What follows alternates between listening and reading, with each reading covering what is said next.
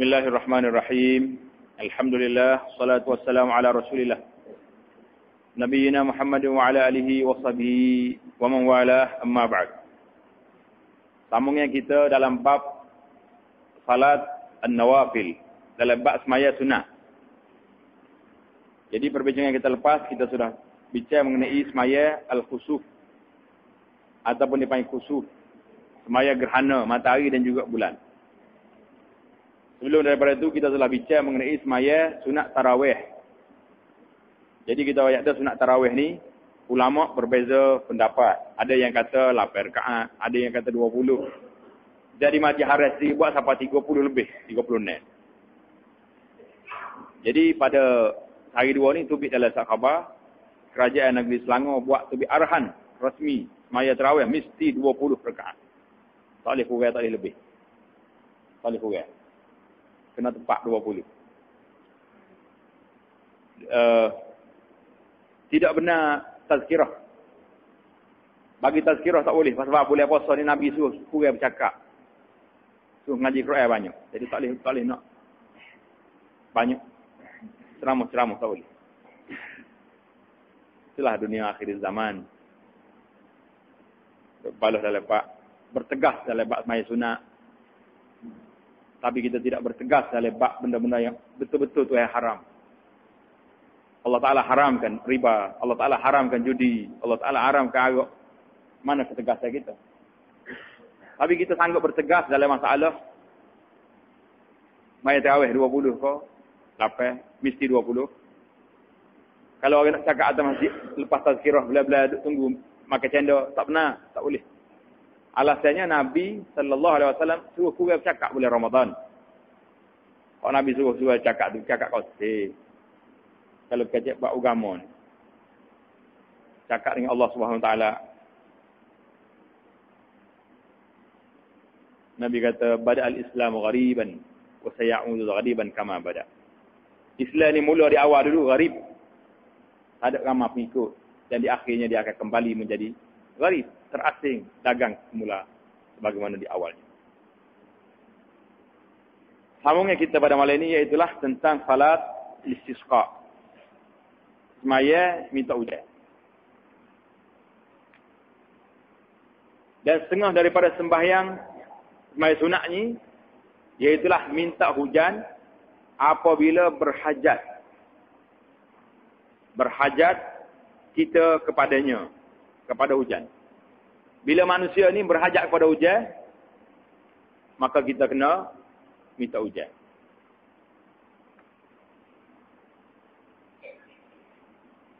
Dan diulang-ulangi semaya ni hingga turun hujan. Lagi hujan tak turun, semaya lagi. Minta lagi doa ni Allah SWT, bertaubat lagi kepada Allah. Iaitulah 2 rakaat seperti sembahyang hari raya. Cara dia semaya 2 rakaat seperti raya juga. Semaya dulu, kemudian khutbah menyampaikan nasihat dan berdoa kepada Allah SWT dengan kita mengangkat tangan ke langit, minta Allah Ta'ala turunkan hujan. Dan waktunya seperti waktu sembahyang hari raya pada afdal. Yang afdal dia pun sembahyang raya juga. Iaitulah waktu pagi. Waktu selepas naik matahari, waktu permulaan waktu duha. Maka harus ia sembahyang barang waktu. Malam dan siang boleh belaka, tapi yang afdalnya pagi.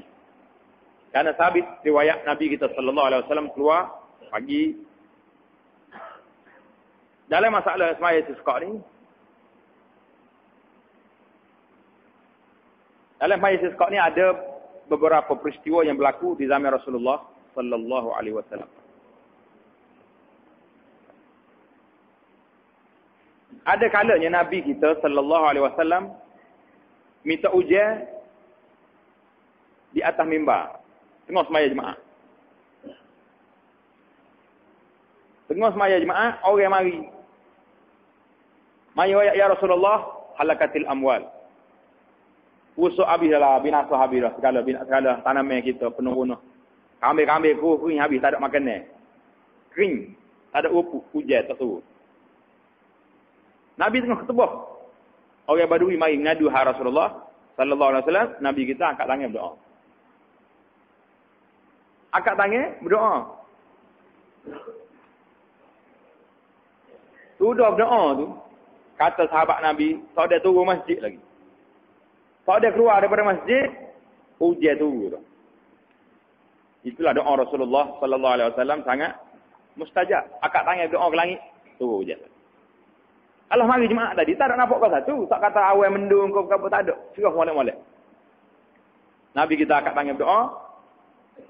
Turun masa ada tebik masjid, tak ada klik rumah, hujan turun lepas. Minggu depan Nabi kita tengah ketubah pula. Orang itu juga mari, ya Rasulullah, punuh habis dah lah. Segala rakyat habis dah, segala tanam binatang-binatang, budak tak bukit habis dah. Banjir besar. Nabi pun angkat tangan berdoa, ya Allah, berhentilah hujan ni padar. Tubik daripada masjid, sudah maya jemaah tu, curah ke langit. Dengan matahari itu sudah siap. Ini doa Rasulullah sallallahu alaihi wasallam. Itu yang pertama. Yang kedua, bila orang mari ngadu pada Nabi sallallahu alaihi wasallam, Nabi kita beroyak pada hari sekian-sekian, pukul berapa, berkumpul semua di musalla. Musalla ni tempat orang semaya raya, berhimpun di luar masjid. Biasanya itulah yang sunnah Nabi sallallahu alaihi wasallam. Bila nak semaya raya ke semaya perhimpunan yang besar-besar, Nabi kita buat di tengah padang. Tempat terbuka. Dia tahu ada masjid dia. Jadi orang pun berhimpun sini, Nabi kita semaya raya sini. Yang ketiga, pernah Nabi kita sallallahu alaihi wasallam naik atas mimbar, angkat tangan berdoa dengan tak ada semaya. Bukan hari Jumaat, Nabi kita berdoa sekali. Cara yang keempat, Nabi sallallahu alaihi wasallam minta hujan istisqa dan dia duduk dalam masjid, angkat tangan berdoa pada Allah Taala. Yang kelima, Nabi kita sallallahu alaihi wasallam keluar daripada masjid ke arah Babus Salam tu, satu tempat, Nabi kita pergi situ doa. Yang keenam, Nabi kita doa minta hujan ni peristiwa yang kena berlaku dalam satu peperangan. Mata air telaga ni dikepung oleh orang kafir. Itu dia panggil strategi peperangan. Orang kafir dia ambil telaga.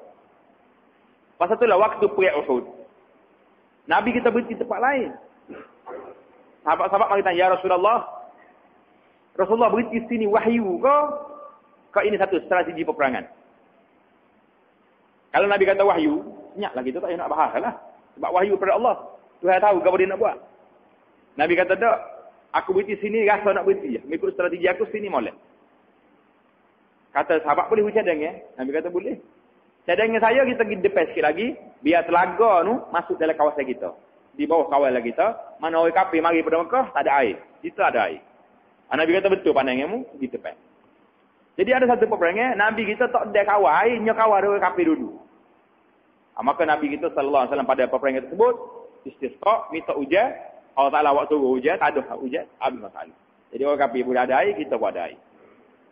Jadi berapa peristiwa, Nabi kita sallallahu alaihi wasallam minta hujan, sama ada dia semaya sunat dulu, macam semaya gaya, ataupun tengah-tengah duduk khutbah, baca dalam doa khutbah, baru ni kita ayat dah. Itulah tempat disunatkan akad tangan waktu doa dalam khutbah. Orang lain tak sunat. Ada kalanya Nabi kita doa saja. Naik atas mimbar, doa untuk minta hujan. Ada kalanya tak bangun-bangun, bahkan cakap atas masjid, doa situ ya.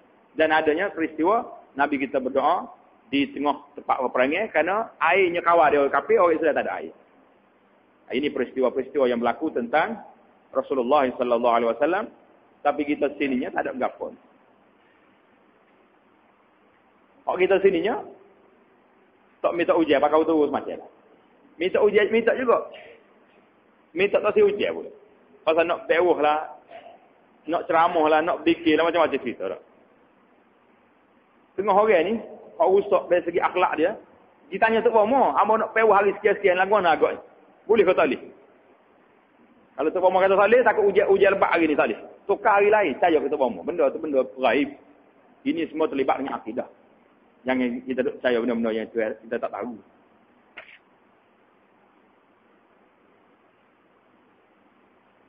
Itu dia panggil peristiwa yang berlaku tentang pada Rasulullah sallallahu alaihi wasallam.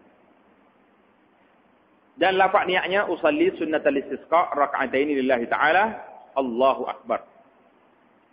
Saja aku saya sunat istisqa minta hujan 2 rakaat kerana Allah Taala Allahu akbar. Dan sunat takbir pada sembahyangnya pada rakaat yang pertama 7 kali. Allahu akbar. Macam mana gaya? 7 kali. Dan pada rakaat yang kedua 5 kali.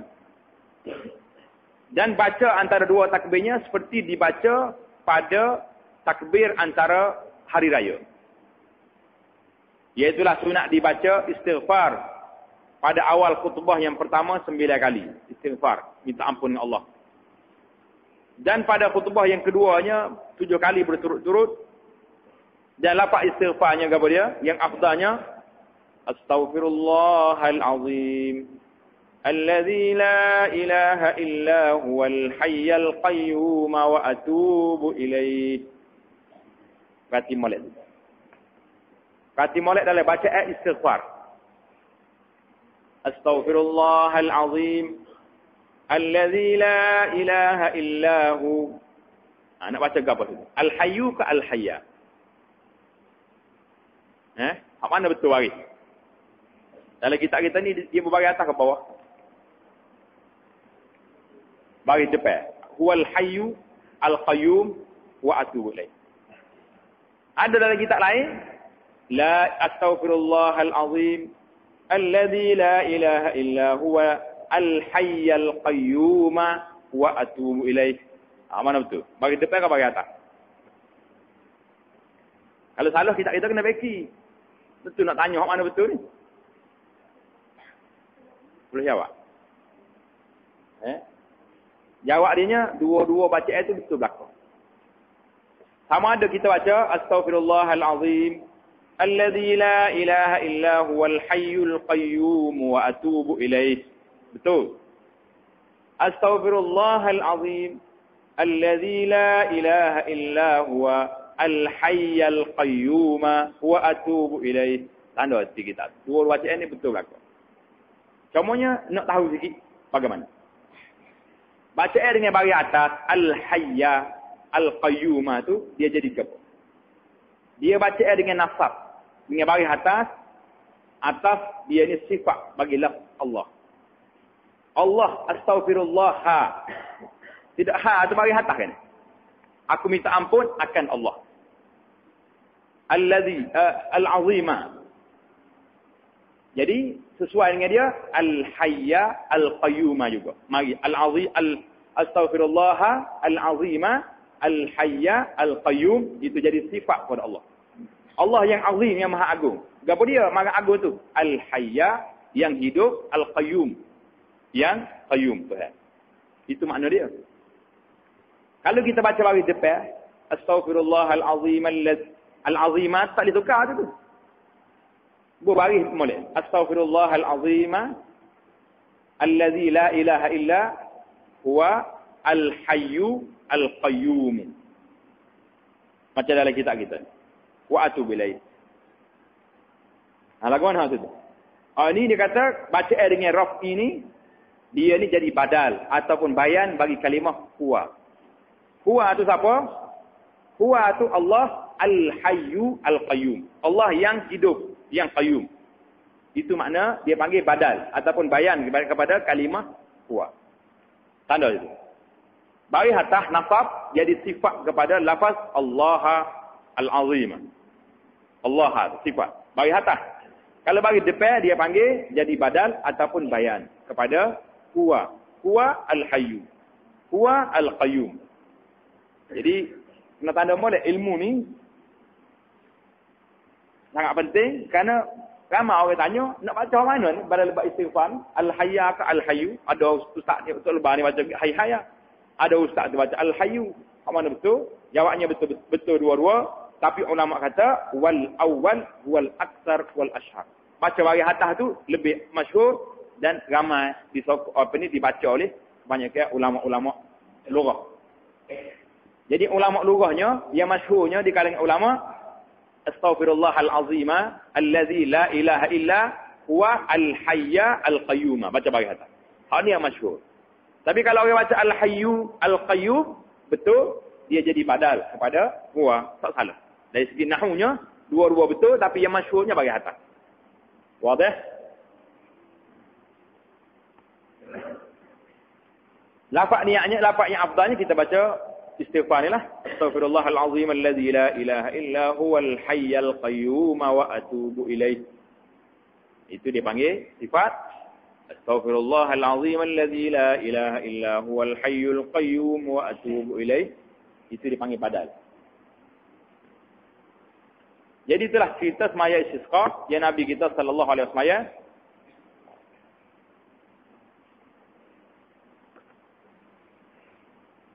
Jadi kita tengok dah hukum dianya sunat bila berlaku is macam ni.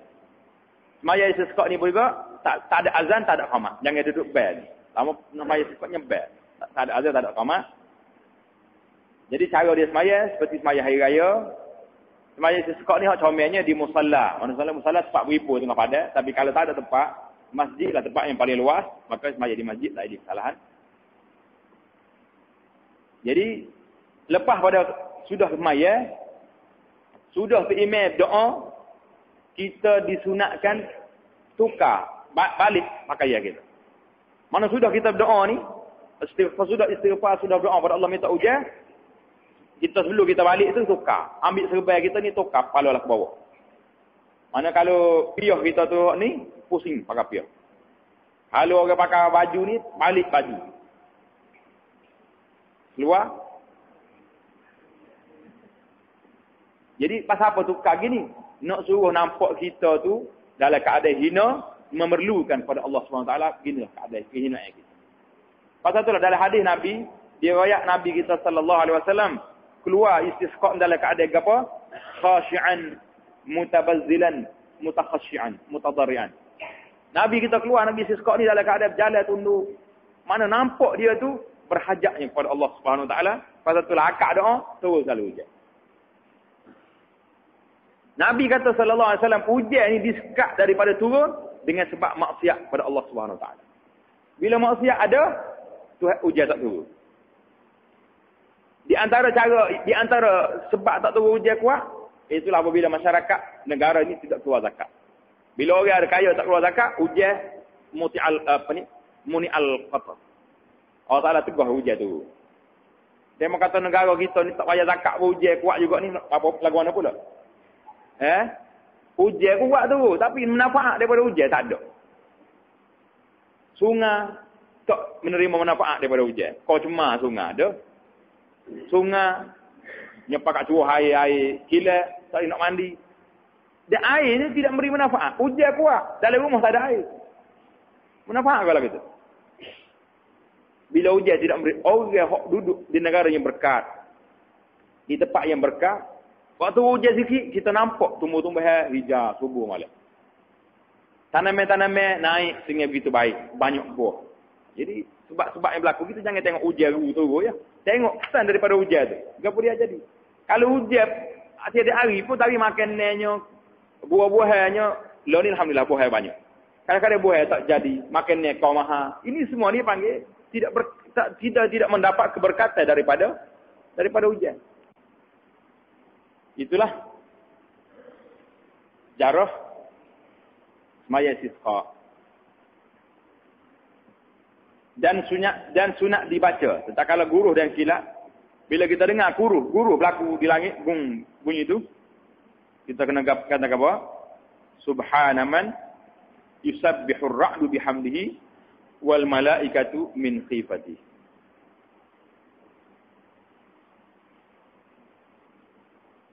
Dan jangan mengikut matanya akan kilat. Jadi mata jangan ikut kilat bahaya. Dan sunat dibaca setakala hujan turun, Allahumma tayyiban nafi'an. Boleh ingat? Allahumma tayyiban nafi'an.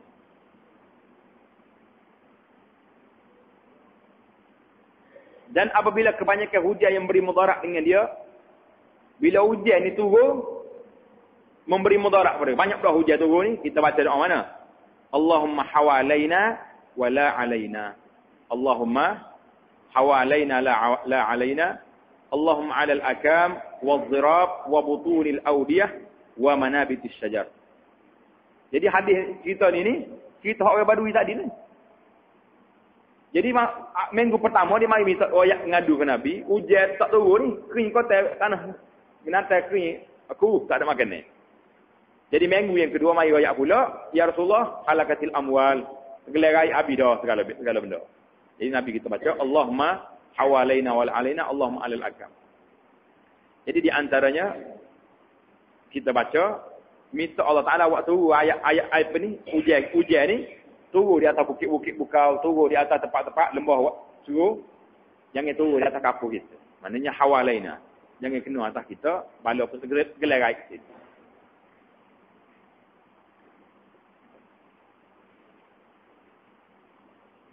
Dan adalah setengah daripada semaya sunat yang tersebut. Itu tuntut berjamaah. Jadi semaya sunat azan ni, semaya sunat yang disebut supaya kita berjamaah ni, apa dia? Iaitulah semaya tarawih. Semaya tarawih kita kena semaya berjamaah. Dan witir pada bulan Ramadan. Dan sembahyang 2 hari raya. Dan sembahyang gerhana keduanya, matahari dan bulan. Dan sembahyang minta hujan, dan yang lain daripada yang tersebut itu tiada dituntut berjamaah. Kalau kita boleh sembahyang berjamaahnya ni. Syekh Daud kata rahimahullah taala, berapa ada sembahyang berjamaah? Dan sunat daripada setengah daripada sembahyang sunat yang tersebut itu, sebahagian sunat dia sebut tak ada banyak lagi, dia sebut berapa perkara. Ada sembahyang yang dituntut berjamaah, iaitu sembahyang tarawih bila? Dan witir pada bulan Ramadan, dan sembahyang 2 hari raya, dan sembahyang gerhana keduanya, dan sembahyang minta hujan. Ini saja sembahyang yang dituntut berjamaah. Lepas tu sembahyang lain tu lagu mana? Kalau tak masuk dalam senaran. Mana kalau kita buat juga berjamaah ni, tak kena. Tak masuk ni, semaya hajat tak masuk dalam bab ni. Tak masuk dalam semaya jemaah. Faham ni tak boleh dah lah. Saya Daud ayat tak masuk dalam bab semaya jemaah. Tidak amal kata ni saya Daud kata.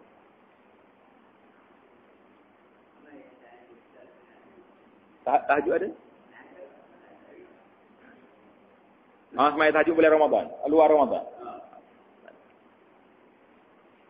Dan demikian lagi, setengah daripada yang tiada dituntut berjamaah. Sembahyang sunat yang tidak boleh berjamaah, iaitulah sembahyang tahajud. Sembahyang tahajud kena buat seorang-seorang. Cuma ada sebahagian ulama dia kata, boleh kalunya sekali-sekala. Tidak jadi adat. Ada dalam kitab dia kata, sembahyang tahajud ni boleh sekali-sekala, tapi jangan jadi adat.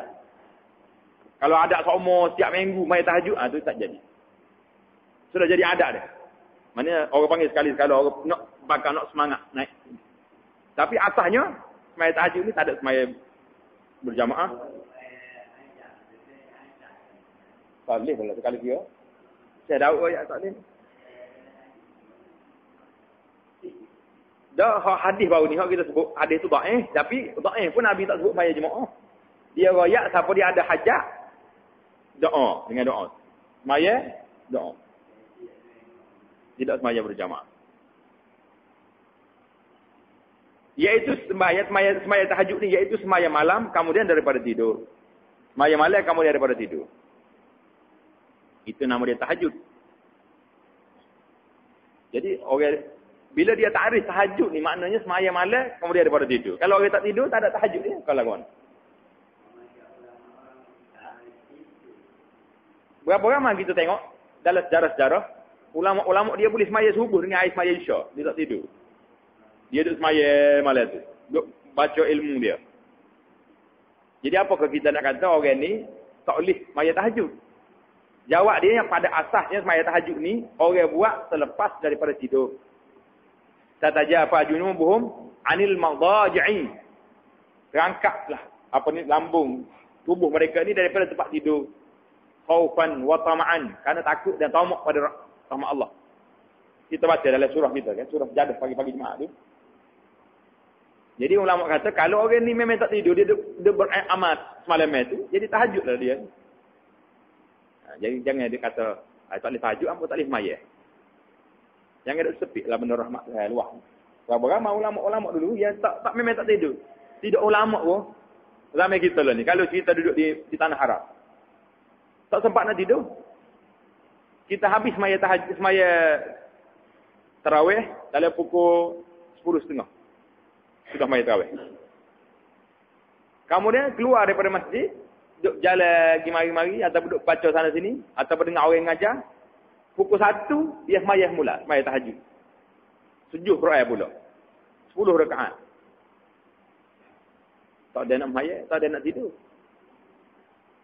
Hak tidurnya kita duduk sini boleh tidur. Tapi kalau duduk di tanah haram, payah nak boleh tidur. Tak ada masa. Jadi asasnya semaya tahajud ni bila? Selepas daripada tidur. Tapi kalau orang itu tak tidur malam tu, dia boleh bertahajud.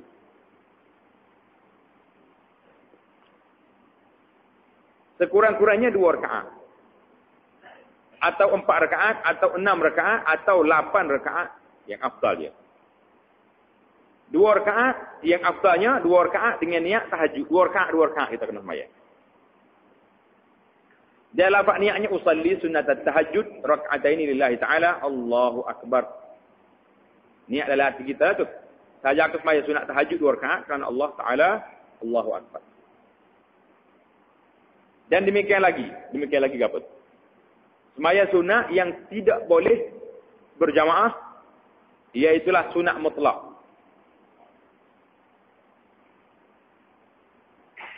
Pada malam atau siang yang tiada mempunyai waktu. Itu dipanggil sunat mutlak ni, sunat yang tak ada waktu. Masa-masa mana pun kita nak sembahyang sunat, sembahyang. Tidak dilarang. Dan sebab bermula sembahyang sunat mutlak yang pada malam itu afdal daripada sunat mutlak pada siang hari. Sembahyang sunat ni malam lebih afdal daripada siang hari. Kerana waktu malam ni orang tak dapat. Kita duduk ingat gelak sore-sore kita. Tak ada siapa nak tengok kita. Kalau sembahyang tengah hari ni orang boleh pilih. Bisa dia sembahyang. Kita pun selalu dengar orang puji kita tu. Kau lama sembahyang dah. Tujuk tu kau panjang sikit. Dan jika sembahyang malam, pada malam diperbuat 2 rakaat, demikian lapak niatnya. Salli raka'ataini sunnataini lillahi ta'ala Allahu akbar. Sahaja aku sembahyang sunat 2 rakaat kerana Allah Ta'ala Allahu akbar. Maka seyogianya kita melihara akan segala sembahyang tersebut itu barang sedapatnya. Kita mesti jaga sembahyang sunat ni, sembahyang tersebut ini sedapatnya, mana seboleh mungkin kita cubalah jaga sembahyang sunat tersebut. Jangan tinggal sembahyang sunat. Istimewa pula pada saat-saat kita kerja ke sembahyang malam. Tengah kerja sembahyang malam ni memang digalakkan sangat kerana ia terlebih sangat berat sesuatu atas nafsu. Malam ni berlawan dengan nafsu kuat. Nafsu nak tidur, kita nak sembahyang. Dan sungguhnya jadi dalam kitab ulama tu jari tu. Jari. Beki jadi. Beki kitab lama tu jari itu ra tu tukar kepada dal. Jadi. Dan sungguhnya jadi, bukan jari. Jadi ringan apabila dikekalkan atasnya. Jadi sembahyang sunat ni berat. Tapi kalau kita kekalkan duk sembahyang sama, dia akan jadi ringan.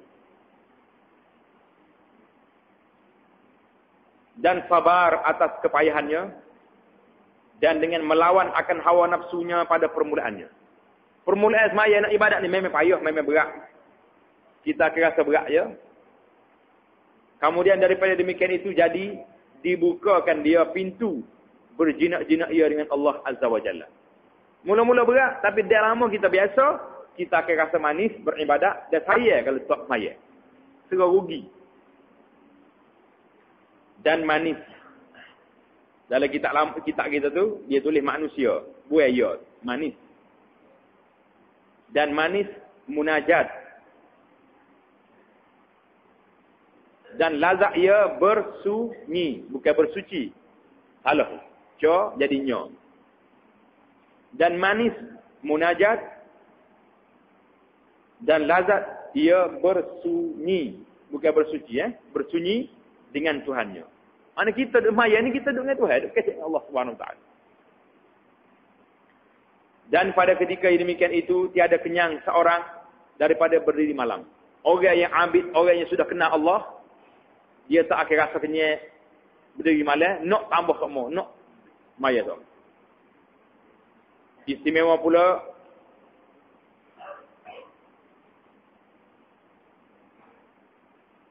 berat atau segan. Berat tu baik, bukan nurata tak tahu makna apa. Dalam nuskah baru, kitab biru tu, dia tulis perut, bukan perut tu berat. Baik, tulis berat. Istimewa pula berat atau segan, seperti barang yang jatuh setengah daripada orang yang salihin. Seperti beberapa riwayat yang masyhur daripada hal mereka itu. Mana orang-orang salih ni memang cukup berat bagi dia, tak semaya tu berat. Orang yang tak salih ni, semaya tu berat. Terbalik orang panggil. Setengah daripadanya, orang yang sembahyang subuh dengan air semaya isya. Jadi masyhur dalam kitab-kitab kita ni, zarah ulama-ulama dulu, dia panggil salafus salih, mereka ni semaya subuh dengan air semaya isya. Tak patah maya dia. Duduk malam tu tak tidur. Duduk beribadat kepada Allah Subhanahu Wa Taala. Maka datang pada hadis bahawasanya orang yang banyak tidur malam itu datang pada hari kiamat fakir.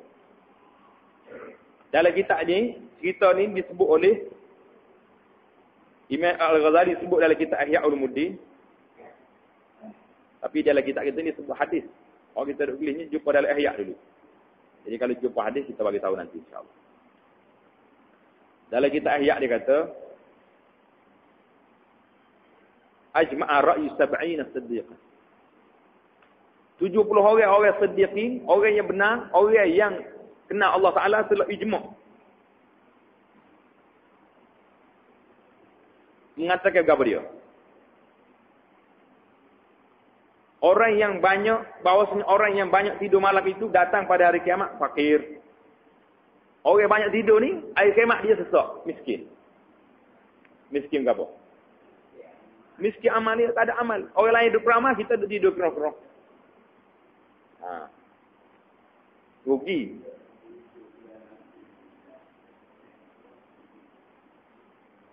Dan orang yang banyak tidur menghilangkan berkat umur. Orang yang tidur banyak ni, berkat umur dia hilang.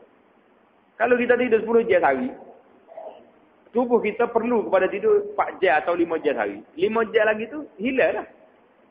Kalau kita buat benda lain, kalau kita baca Quran, kita berzikir, kita buat kerja, banyak boleh siap. Ini dia pesakti tu.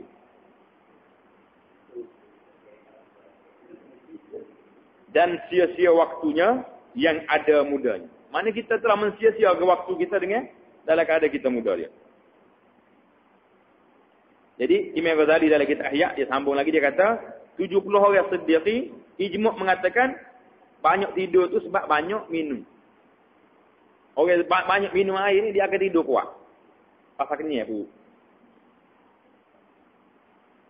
Dia banyak tidur tu daya al-umur, mensia-siakan umur dia, menghilangkan waktu tahajud, rangan dia pun jadi tidak cerdik dan hati jadi keras. Jadi banyaklah lebih tak boleh tidur banyak ni.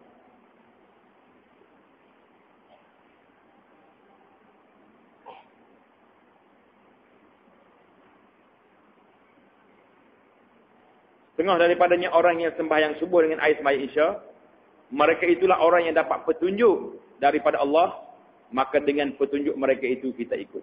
Fabi hudahum muqtadi. Mana orang hak banyak beribadat ni, orang yang banyak telah mendapat petunjuk daripada Allah SWT, dan kerja kita pulanya ikut orang itu. Buat perangai seperti dia juga. Pasal tu dia ahli sains kata fatashabbahu illam takunu mislahu. Mu cuba ikutlah kalau mu tak boleh jadi seperti orang saleh tu pun. Fa inna tashabbuha bil qaumi bil falah. bil kirami falah. Karena kita ikut tiru perangai orang baik-baik ni, orang soleh ni, kita akan dapat kemenangan. Tapi kalau kita orang juru ikut orang tak juru, apa jadi? Kita belajar sekolah agama. Balik kapur kita buat mak repik. Naik motor congik kata, apa jadi kata? Ada cerita baru ni orang tu dia royak tak apa repik. Ayah dia kata, pasal utuh tayar, tak payah beli dua, beli setua yang mampu.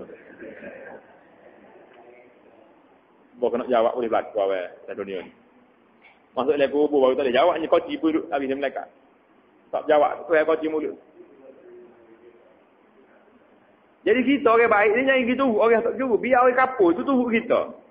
Sayang-sayang kita, tak pergi surat, tak pergi balas satu, kita kepek dia, kita ajak dia, mari kita pergi balas surat.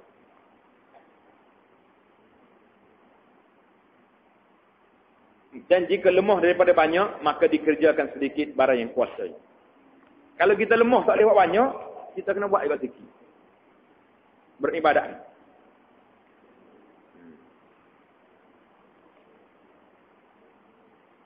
Ketahui olehmu, sedikit amal yang berkekalan terlebih baik daripada banyak yang putus.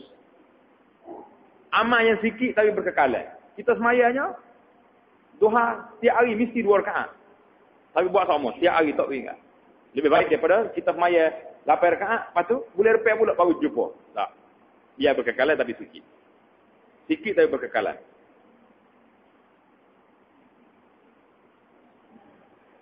Sedikit amal yang berkekalan terlebih baik daripada banyak yang putus. Sabda Nabi sallallahu alaihi wasallam, ahabbul a'mali ila Allah adwamuha wa in qalla. Maknanya yang terlebih kasih amal kepada Allah Subhanahu wa taala yang dikekalkan dia dan jika sedikit sekalipun. Hak Tuhan saya, Tuhan kasihnya, kita beramal walaupun sikit tapi kita kekal. Buat lagu tu sama. Kalau orang lain puasa hari-hari. Puasa hari-hari tapi lepas pada sebulan tak puasa dah. Lebih baik kita puasa di Senin dengan Khamis tapi berterusan sepanjang tahun. Ataupun kita kekal sembahyang tahajud malam-malam. Berapa rakaat kita boleh sembahyang? 4 rakaat, 10 rakaat. Tapi setiap malam. Lebih baik daripada orang yang sembahyang 100 rakaat sekali itu. Itu maknanya adwa maha wa in qalla. Berterusan walaupun sikit.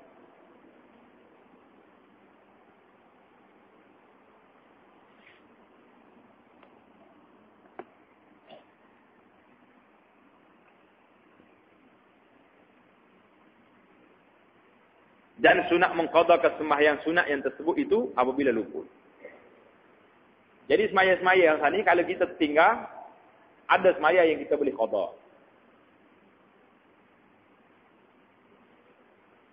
Dia panggil qada sembahyang sunat.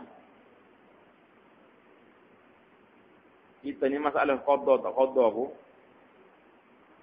Memang tak sembahyang tu. Tak. Saya saja pun tak sembahyang juga.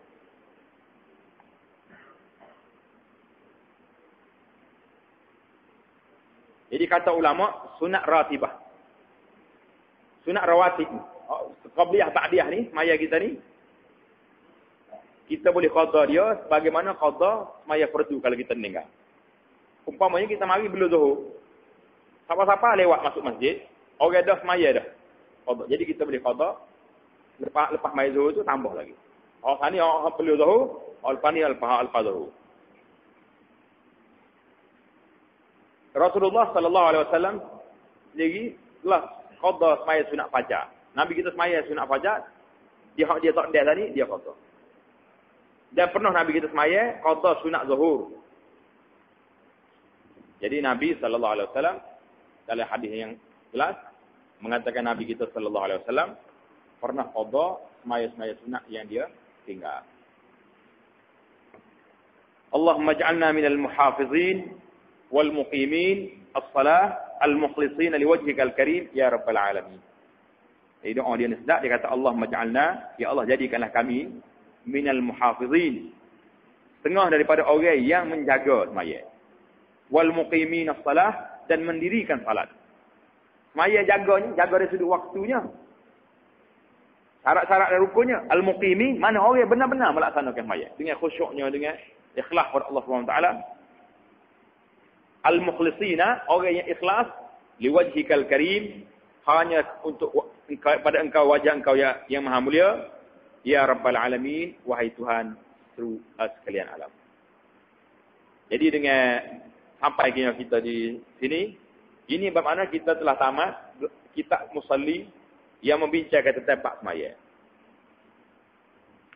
Habislah kita hari ini perbincangan kita tentang bab salat. Lepas pada ni kita akan masuk pula bab tatmim al-faidah. Tatmim al-faidah ni maknanya satu perbincangan nasihat kepada orang yang berkuasa, pemerintah. Syekh Daud rahimahullah taala bila dia mengajar semaya, dia ajar pula kepada pemerintah supaya berlaku adil. Bila habis kitab dia ni, kita akan sambung satu kitab nama dia Al-Bahjah Al-Mardiyah yang menceritakan tentang salat makmum, masbuk dan muwafiq.